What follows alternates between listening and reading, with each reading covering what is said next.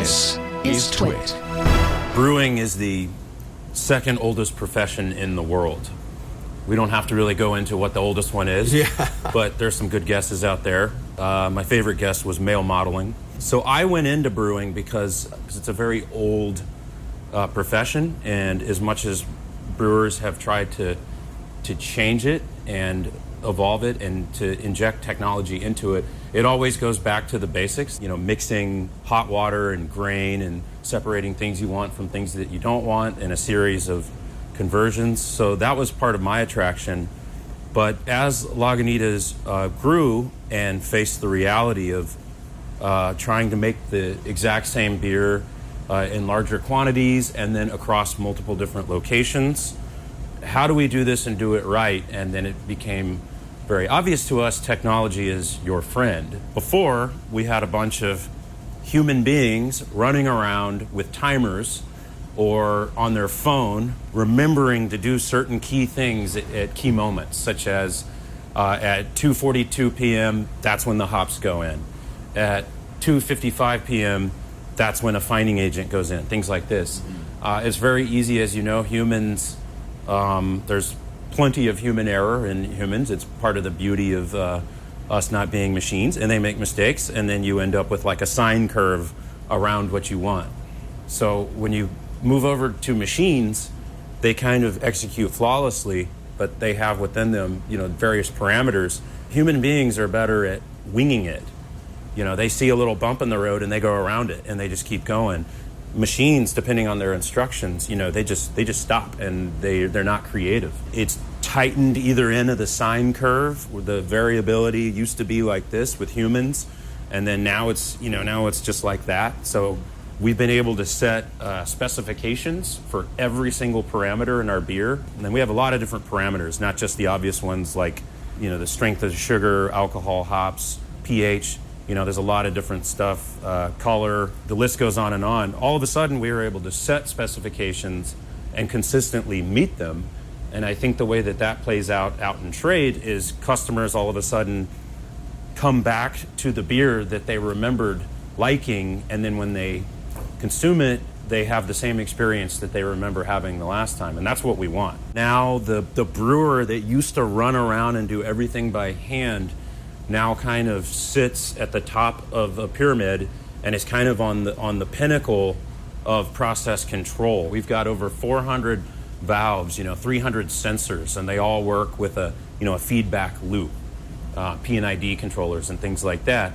And I'll tell you what, as soon as you have more than 400 or 500 of anything, the statistical chances that one of them is just going to fail at some point in time will happen. So bringing some of the automation into the process of what Lagunitas does, what are the tangible benefits, both from the business side, but also just for the way it tastes and what people actually get when they're buying your beer? The number one benefit is that it makes the brewer's hands free to worry about a much higher level set of problems. We have brewers that never had the opportunity to pursue their own research projects. So they could come up with new flavors, new beers, new recipes. And there are other areas where it would really take the fun out of it. So no part of me can really imagine our brewery and our beer being the result of a fully automated process. So why is it important to have that human element? What makes the people part of this so special? I mean, we see the benefits of bringing the tech into it, but you're still holding on to this core of human beings. Well, the most obvious answer is that human beings have this amazing lab equipment right here. Yeah. So brewers, from the raw materials, they've got hops and grain, and as soon as they open the bag, even if they're not even thinking about it, they smell the smell that comes out of it, and it registers. Sense of smell is a very interesting thing because it bypasses the processing part, the frontal cortex. It goes straight to your limbic system, which is your memory, your fight or flight, your animalistic, instinctual brain. Whether you like it or not, that sense of smell and your sense of taste, I really, can't imagine. Certainly right now, there's no robotics or machines. They've got little robotic noses that can supposedly smell, and there's really, I don't know every time I pour my beer into my computer, bad things happen. Hasn't worked out Really yet. bad things happen. After that, I think it's, it's all romanticism. It's this idea that, beer, especially our kinds of beers that have this, heavy aroma and very hoppy and floral and all these nice aromas. The romantic notion that beer is made by grumpy brewers, guys with beards or girls in overalls, always grumpy though, and marching around, carrying things and dumping things and stirring and checking stuff out and making all kinds of judgment calls. And it's interesting because we work with a living organism. Brewers don't make beer. Yeast makes beer. We're zookeepers. Yeah. I mean, we have a job back there that's a yeast rancher. Yeah. It'd be an interesting thing to trust a machine to care after something that's living. Although we all know that it's coming, right? I mean, even in plants that are today 100% automated, there's always a human somewhere that is kind of looking after everything. It's like 7,000 to 8,000 breweries now in the United States. The vast bulk of those are really, really, really small. So it is, in many cases, just one person doing everything by hand. And that, to them, that's the pinnacle of craft brewing. But you talk to some that have worked at large breweries and you say, how did you feel? And you worked at a production brewery for 20 years, and for 10 years straight, all you did was lift boxes of hops and pour them with a scoop into this. And you did that day in and day out for 10 years. I mean, you start to see, like, wouldn't you have been a lot happier if you were doing something else that whole time? And maybe there was a machine doing that part of the job. And then they think, oh yeah, my back hurt from, lifting that 5 millionth box. And it's like, yeah, the machine's backs never hurt, right? It sounds like you see that role at some point, at least for Lagunitas, like never really being eradicated. We have quite a few processes here right now that are 100% manual, such as like dry hopping and things like that, that at other breweries that are like some of our competitors, it already is an automated process. And it's very easy for me to look at that and say, oh, that just takes all the fun out of it. But at the same time, a little part of me is like jealous because I'm like, oh, part of that is like heaving all these boxes of hops and getting them in the tank. That's, borders on drudgery. Yeah. So for me, I think the biggest area where automation is 100% my friend every time, and I will consider, if it's going to be $200,000 or $300,000 or $400,000 versus, spending nothing and just continuing to do it how you do it, would be like safety. If you've got an area where a lot of guys lifting things and straining their backs, or somewhere where there's maybe high probability for something bad to happen over time because due to, say, repetitive motion and things like that. I think one area that I know that we are working on, but we're doing it in a real creative way, is what information is out there and what's important and how to bring into relief the very most important part, which is all about making sure that the customer gets what they expect and they don't get an old beer and they always have a nice experience. That's very important to us. We are very fortunate to have not only Lagunitas in Petaluma, but Jerry Marshall's here. Jeremy is the head brewer at Lagunitas Brewery. I actually wanted to call you the brewmeister. You said that's okay. How long have you been doing this? 15 years. That's a long time. You studied in college? Yeah, UC Davis, fermentation science. Very famous for their wine program, I know. A lot of the wineries up north are UC Davis graduates. Yeah, we shared a library with those guys, and you could definitely tell who was who. If they had a beard and there was food in it, then they were likely a brewer. Or bow ties, and then the wine guys walk around with their shirts tucked in, wearing very expensive clothes. Tidy. Jason was saying Lagunitas IPA is his daily. That's my daily beer, if I have beer. one. Yeah, exactly. Well, and we were talking while this was playing, that's the most popular beer that you guys sell. It's certainly the most available beer. Yeah, so our founder, 1995, just decided to flagship and lead with an IPA at a time when everyone else was like nobody wants that. It's too hoppy. Bitter. Well, hoppy. I mean, But that's become the flavor people want. De facto, yeah. I mean, there's been a big shift. I feel like in the past. I don't know how many years, past 10 years. There certainly was a point in my own beer exploration where IPA was just too hoppy, too strong for me. And then somewhere along the line, I feel like that's the focus. That's everybody's focus now. That's where the wine world of savoring the flavor and really finding the depth of beer. It's the Chardonnay of bottled beer. With beer. Well, your palate evolved. Yeah, exactly. You know, and after so many years of consumers being underwhelmed by commodity mass-produced, you know, flavorless lager beers, now all of a sudden, you know, you want to pop the cap off a beer, which we're about to do, and have that aroma like fill the room. That's what you want. You've really watched, and Lagunitas has watched a transformation, the rise of the craft brewery, the microbrewery, and you've really ridden that. Relatively recently, Lagunitas expanded, I remember, to Chicago, now Seattle, Charleston, and Los Angeles, technically Azusa. So you're opening effectively what we have next door, this big brewery in each of these places. Is that when technology started to become important? Technology became important to us just when we were all right here in Northern California, and we were trying to grow but not compromise the outcome. Because consumers don't give a bad beer a second chance. There's so many other choices out there. If they don't like it, they've got options. So, and this is really a science, but also an art. It's cooking, it's chemistry.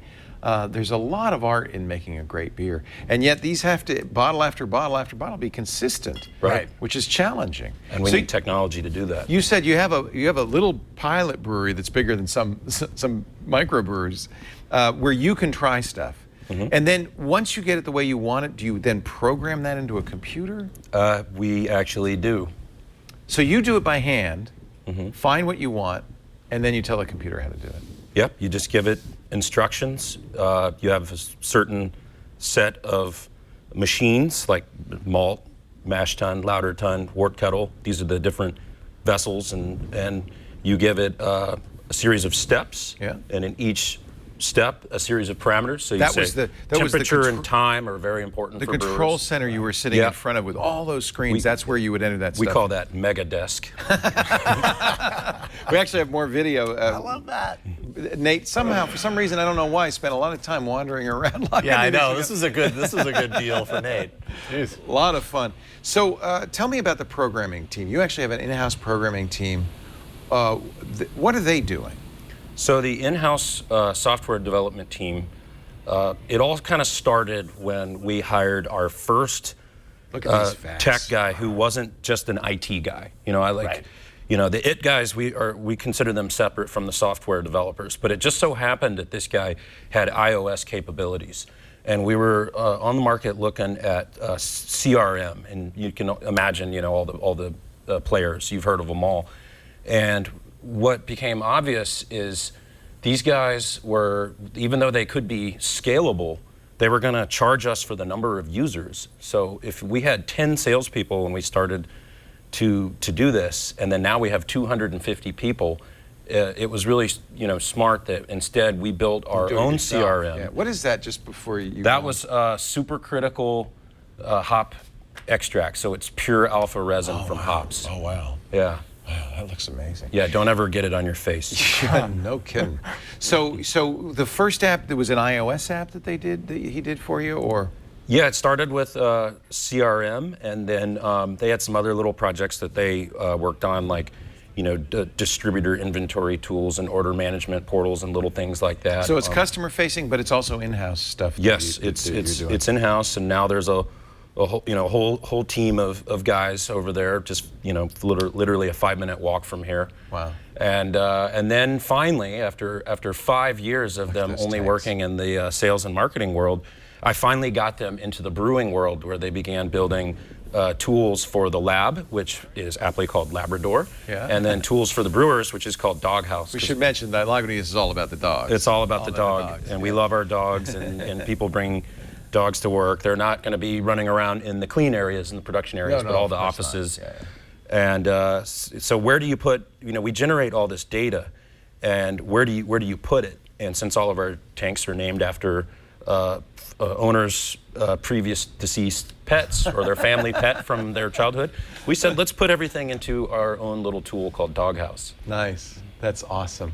Do you carry an app with you that you can check the state of the, like right now you could see what the vats are doing? And I got a little carried away with that.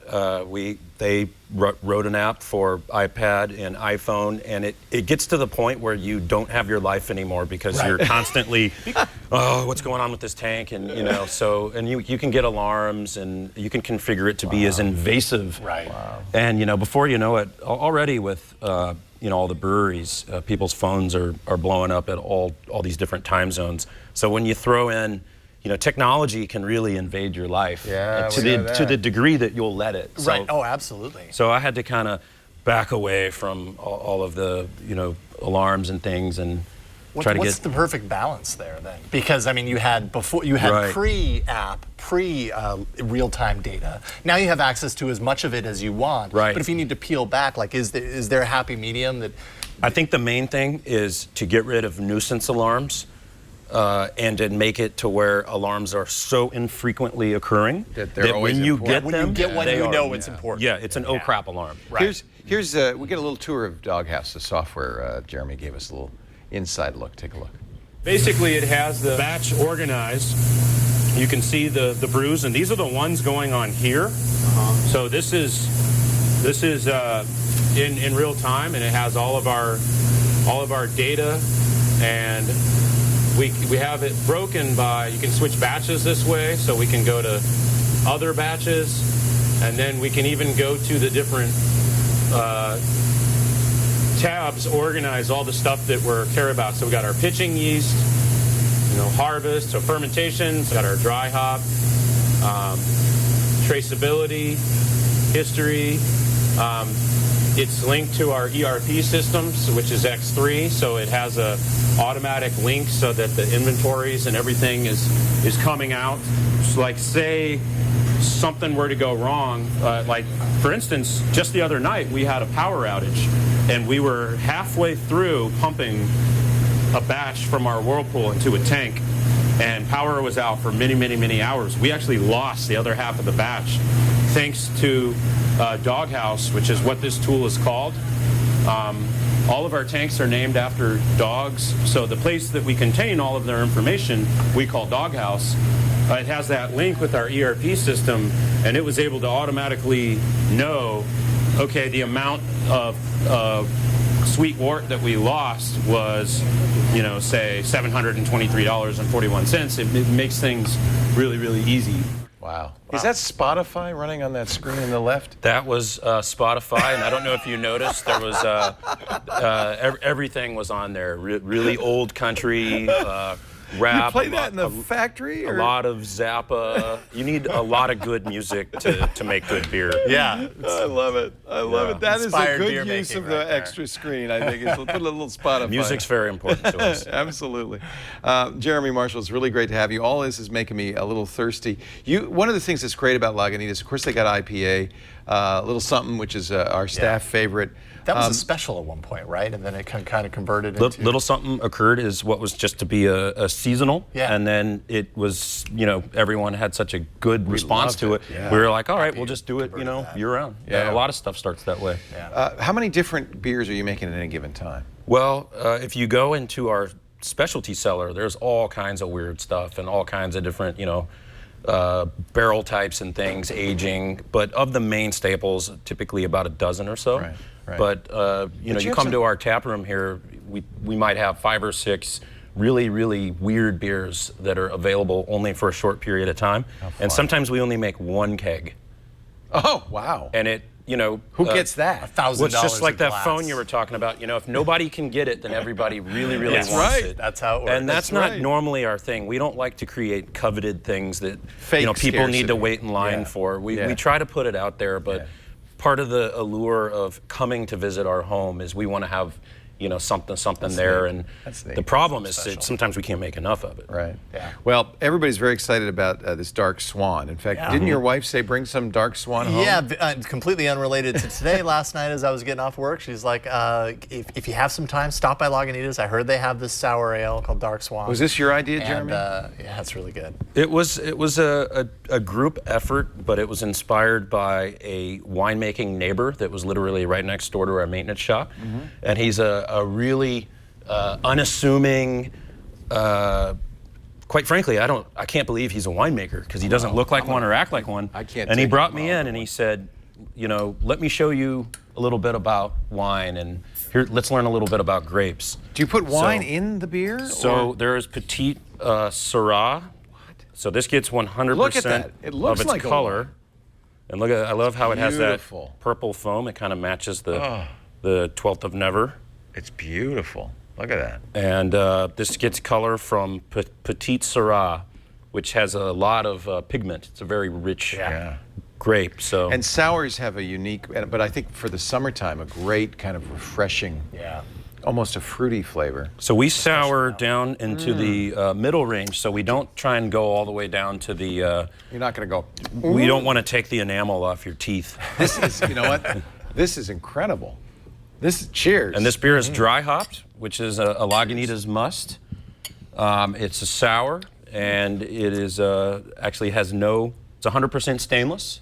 So there's oftentimes the perception amongst thought the beer geeks maybe is you'd that if put it's a this in a sour, wine barrel or it's something. aged in oak. Yeah. But you can actually, you can have oak and stainless, which is typically the types of words that winemakers throw around. Right. This is my new favorite. You can Isn't swirl that it good? around. It's got nice legs on it. Yeah. I don't know that it has any legs. No legs It at has all. no as a legs matter at of all. fact. I think you've been Jeremy- looking at that poster too long. We want to thank you and everybody at Lagunitas. It's been a great run. I know that Heineken has purchased Lagunitas, but the good news is they want Lagunitas for Lagunitas' sake.